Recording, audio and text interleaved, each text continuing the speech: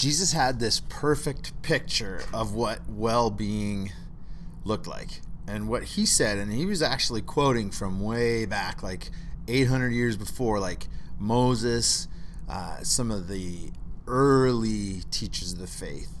And they said, love God with all your heart, soul, mind, and strength. And love your neighbor as yourself. Now, that was an answer to a question like, what do we need to do? Jesus, what's this all about? And so that's what he said. Love God with all your heart, soul, mind, and strength, and love your neighbor as yourself. But what he did in that is he acknowledged that we have these four critical dimensions to our wholeness, to our well-being, to us as created by God. Okay? And so it was heart, our interior self.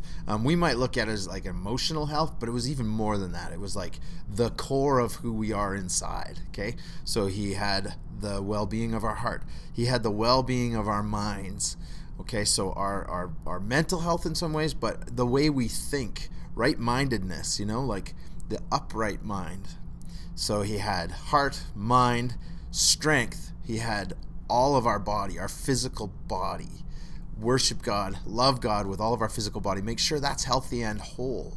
Okay, so that involves all of our physical well-being. And then he had our soul's well-being. This is our eternal self, our inside that will continue on beyond just this physical life.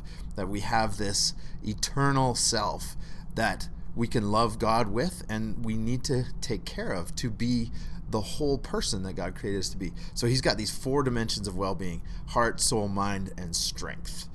And love your neighbor as yourself is where we take our well-being and we reach out from a place of wholeness. We reach out and we love others to their own wholeness. Now, if you've ever taken time to really love somebody well, to take care of them, to gift them with something, to affirm them, to walk with them through some hard spaces, you know that there's something good that happens inside of you that was maybe even a surprise because you were just there to help them, but you left feeling whole.